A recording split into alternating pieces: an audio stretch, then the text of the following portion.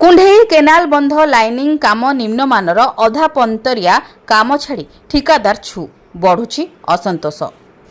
गत फेब्रुआरी उपमुख्यमंत्री प्रभाती परिड़ा निमापड़ा जलसंपद विभाग गोपशाखा केनाल कुंढेई केनाल बंध सिरी जोईली ठारू ओडोगां पर्यंत 4 किलोमीटर रास्तार सिमेंट कंक्रीट लाइन कार्यर भित्तिप्रस्तर स्थापन करथिले।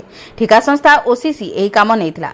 केनाल भितरर 4 किलोमीटर दुई पार्श्वरे सिमेंट कंक्रीट लाइनिंग काम पई 6 कोटी 40 लाख टंका व्यय बराद होईछि। 4 किलोमीटर कामरू मात्र 30% कार्य शेष होइथिया बेले 70% काम बाकी रहिछि। संपृक्त ठिका संस्था काम बंद करी छाड़ी पळाइछि।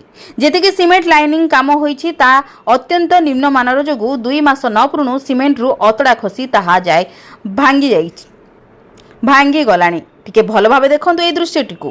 कोटी कोटी टंकारे निर्माण होइथिबा केनाल बंधरे निर्माण होइथिबा सेही लाइनिंग कामकु किपरि फाटी गलाणी आउ ढळई रे प्लास्टर होइथिबा किपरि खोळपा छाडिलाणी। सीधा सड़क देखंतु ए दृश्यकु।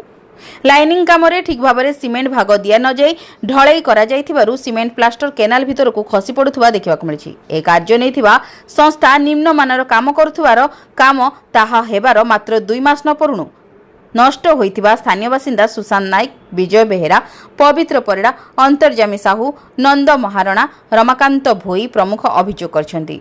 निम्नमानर कामकु नै स्थानीय अंचल रे असंतोष बढ़िबारे लागिछि। ए संपर्क रे निमापड़ा जलसंपद विभाग उपखंड निर्वाही जंत्री प्रीतम चेतन पोठाल कहिसन्ती। संपृक्त ठिका संस्था को पचारि बुझिबु। काकड़पुर जलसंपद विभाग सहकारी जंत्री राकेश साहू ए कार्य नैथिबा ओसीसी संस्था केनाल रे पानी आसी जिबारु काम बंद रहिछि। जेउंठी काम खराब होइछि ताकू पुणी करिबाकू संस्था को निर्देश दिया जो बोली प्रकाश करछन्ती। निमापड़ा 4 छकरू रंजित कांडिंग रिपोर्ट, जन अधिकार लाइव।